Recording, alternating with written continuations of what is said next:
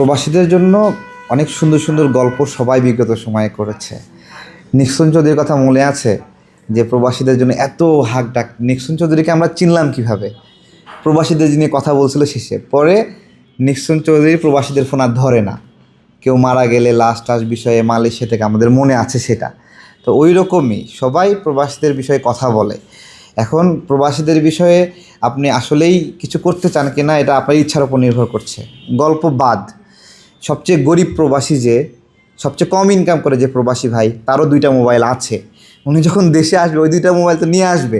এখন যদি পরিবারের জন্য আরও 2টা আনতে চায়, কেমনে আনবে? তাই না? তার মানে তাকে এক্সট্রা পে করতে হবে। ন্যূনতম 4টা মোবাইল প্রত্যেকটা প্রবাসীর আনার সুযোগ থাকা উচিত। কারণ 2টা 3টা মোবাইল একবারে কমন অ্যাভারেজ, সব প্রবাসী ভাইয়ের 2টা মোবাইল 3টা মোবাইল আছে। তো শখ করে যদি বাড়ির জন্য, মায়ের জন্য একটা নিতে চায়, ছেলের জন্য অথবা বউয়ের জন্য নিতে চায়, কেমনে নেবে? তো এগুলো বলতেছে আস্তে আস্তে আরও সংকুচিত হয়ে আসতেছে। বাজেট সংকুচিত হয়ে আসছে, সেবা সংকুচিত হয়ে আসছে। শুধু দৃশ্যমান একটা ওই যে লাউঞ্জ বানায় দিয়ে দেখা যাচ্ছে ওটা ব্যাপক কী অবস্থা।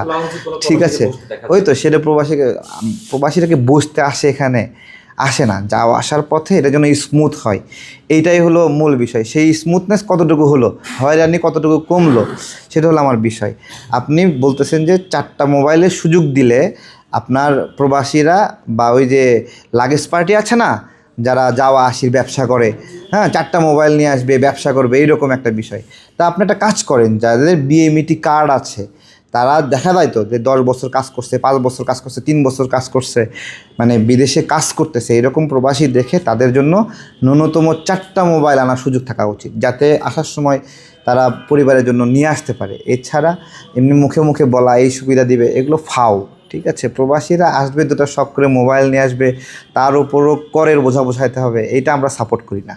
ঠিক আছে, যেখানে আরও বেনিফিট দেওয়ার কথা সেখানে যদি আরও এইরকম চাই, আসলে এই 2.5% যে কথাগুলো বলি না, এগুলো কিছু না, জাস্ট আই ওয়াশ।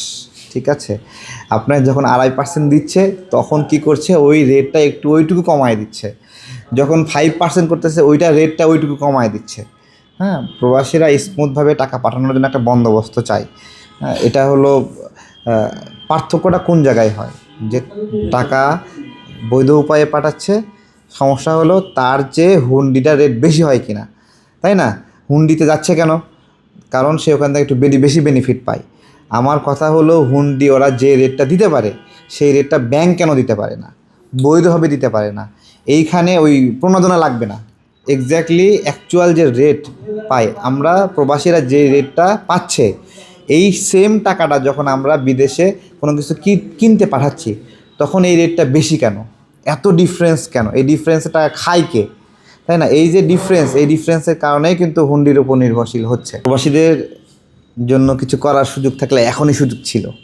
এখানে বেশিরভাগ উপদেশটা হলো বিদেশে থাকতো, তারা প্রবাসীদের সাথে ইংগেজড বেশি, তো তাদের উচিত ছিল বেশি বেশি কনসার্ন হওয়া প্রবাসীদের বিষয়ে, কিন্তু তারা দায়িত্ব পাইয়া বেখবর হয়ে গেছে, বেখেয়াল হয়ে গেছে। হ্যাঁ, তো এইটা আবার ওই যে মালয়েশিয়া প্রবাসীদের ক্ষেত্রেও শুনতেছি 12 লাখ নাকি নতুন করে লোক নেবে। এটা আমরা পরে খোঁজাখুঁজি করছি কিছুটা, এটা 12 লাখ না, হয়তো বা 30-40 হাজার বা এরকম একটা রেশিওতে এখানে আসতে পারে। 80,000 পর্যন্ত, এই যে দেখেন আপনি 80,000 বলেন, কিন্তু একটা ইয়ে করতেছে তো এই বছর আর কি, এই বছর 80,000। তো মানে বাংলাদেশ এবং মালয়েশিয়া আইএলও কনভেনশনে স্বাক্ষর করা 2টা দেশ, ইন্টারন্যাশনাল লেবার অর্গানাইজেশন, এবং এই লেবার অর্গানাইজেশনে স্বাক্ষর যারা করবে তাদের মধ্যে একটা নীতি আছে, একটা শর্ত আছে, labour will not pay the fee of employment, মানে নিয়োগের খরচ লেবার পে করবে না। কে করবে? এমপ্লয়ার, নিয়োগকারী করবে। সেই হিসেবে নিয়োগকারীকে মালয়েশিয়া, তাহলে মালয়েশিয়া এই লেবারের এমপ্লয়মেন্টের জন্য খরচ বহন করবে। কি কি খরচ বহন করার কথা এখানে রয়েছে, সেটা ইভেন বিমান ভাড়াটাও পর্যন্ত এমপ্লয়ার দেবে। তাই না? একটা শ্রমিক হলো নিয়োগের খরচ বহন করবে, বিষয়টা কেমন না? যে কেউ একজন কাজ করতে চায়, সে কাজ করতে পরীক্ষা দিতে চায়, এই পরীক্ষা দেওয়ার জন্য যা যা ব্যয় হবে সেটা মানে শ্রমিককে, মালিকের প্রয়োজনে সে লোক খুঁজতেছে আর খরচ বহন করবে শ্রমিক, এটা তো হতে পারে না।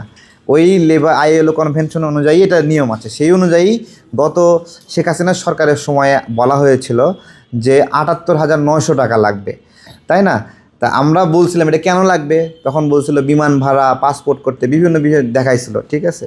তো ধরলাম যে এখানে এজেন্সিগুলো একটা প্রফিট করবে, সেটা একজন প্রবাসীর পিছনে সে ৭৮,৯০০ টাকা প্রফিট করবে, যেটা যৌক্তিক না। তো এই সব বিষয় নিয়ে আমরা আলোচনা করতেছিলাম।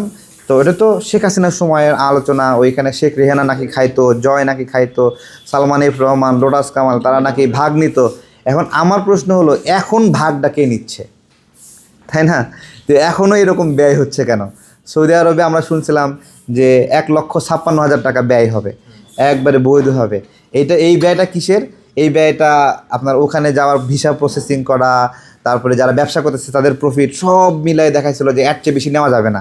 সেই ব্যয়টা কত নিচ্ছে এখন? ৪ লাখ, ৪.৫ লাখ, ৫ লাখ, ৬ লাখ, যে যেরকম পারছে নিচ্ছে।